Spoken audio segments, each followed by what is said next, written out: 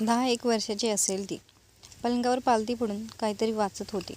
आपल्याच नादात पुस्तकाची पाने पलटत होती. त्यांच्या दुकानातला नोकर तिथेच काहीतरी काम करत होता.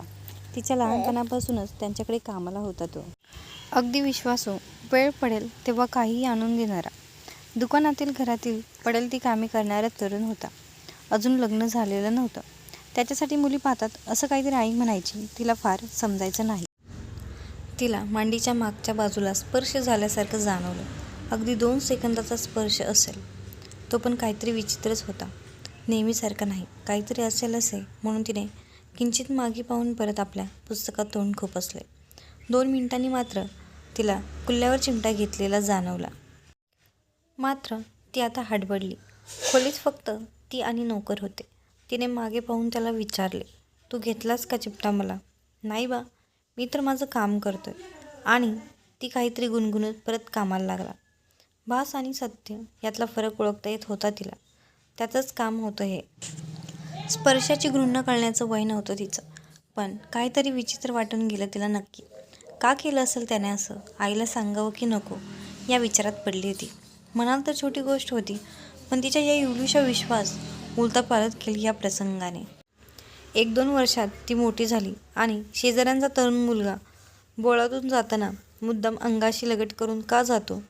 बस कंडक्टर उरलेले पैसे हातात देताना थोडा जास्तच वेळ हातात हात का ठेवतो, रेंगाळतो, हे तिला हळूहळू समजायला लागले. आधीच लाजाळू स्वभाव, त्यात असलं काही सांगायची हिंमत नव्हती. आई अजूनच काळजी करत बसली असती म्हणून मग हे सर्व काही पार्ट ऑफ वुमन्स लाईफ म्हणून चालू राहिले. आजीच्या मऊ साईच्या हाताचा स्पर्श, रात्री झोपताना बाबांच्या मायेचा अंगावरून हात फिरवण्याचा स्पर्श, भांडताना झालेला भावांचा धसमुसळपणाचा स्पर्श मनाच्या रस्त्यावर मागे पडले. आणि हे सहेतूक, विकृत, वासनेने बरबरटलेले स्पर्श. एका उन्हाळ्याच्या सुट्टीत लांबच्या काकांकडे ती गेलेली असताना तिला आईची आठवण आली. काकांनी तिचं रडणं थांबवण्यासाठी तिला जवळ घेतलं आणि तिच्या अंगावरून त्यांचा हात फिरू लागला. तिला पटकन त्या दिवशीच्या चिमट्याची आठवण झाली आणि आता नाही येत आठवण असं म्हणून ती बाजूला झाली. एकदा मावशीच्या घरी राहायला गेलेली असताना लग्न झालेला 2 मुलं असलेला तिचा मावस भाऊ मध्यरात्री फक्त तिचंच पांघरूण नीट करायला तिच्या बेडपाशी यायचा. ते तिला आता हळूहळू कळायला लागलं. त्या घरी तिने 2 रात्री जाग राहून काढल्या. सुट्टीत शक्यतो ती कोणाकडे जाणं टाळू लागली. सुंदर स्पर्श जणू आयुष्यातून बाद झाले आणि वासनेच्या स्पर्शातून सटकायचे कसे हेच ध्येय होऊन बसले. कालांतराने लग्न ठरलं. तोपर्यंतच स्पर्शाचे अजून काही अनुभव आले.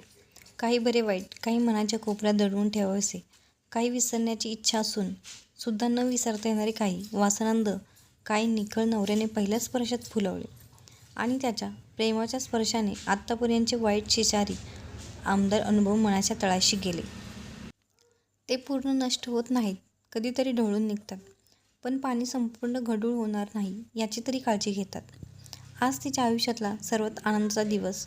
तिच्या लेकीचा जन्म. दिवसभराच्या कोड कौतुकाने खूप थकलेली असली तरी रात्री फक्त त्या दोघी एकमेकींजवळ असताना तिने आपल्या लेकीचं इवलीचं बोट धरून तिने तिला एक वचन दिलं.